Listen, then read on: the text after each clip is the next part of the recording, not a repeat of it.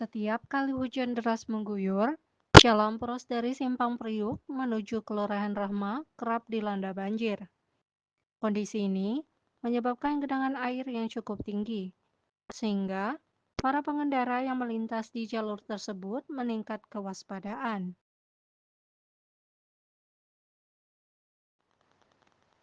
Banjir yang terjadi di kawasan ini tidak hanya mengganggu arus lalu lintas, tetapi juga berpotensi membahayakan pengendara, terutama bagi pengguna sepeda motor. Air yang menggenang dapat menutupi lubang di jalan, meningkatkan resiko kecelakaan.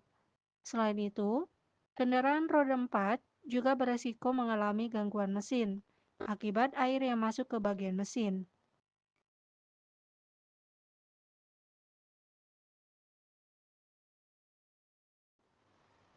Oleh karena itu, para pengendara diimbau untuk lebih berhati-hati saat melintas, kurangi kecepatan, serta memastikan kendaraan dalam kondisi prima agar dapat menghindari potensi bahaya.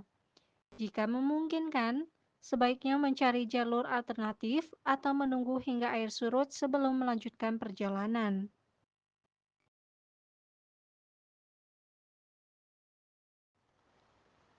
Pihak terkait diharapkan dapat segera mengambil langkah-langkah untuk mengatasi permasalahan ini, seperti perbaikan drainase atau pengurukan saluran air, agar banjir tidak terus berulang setiap kali hujan deras turun.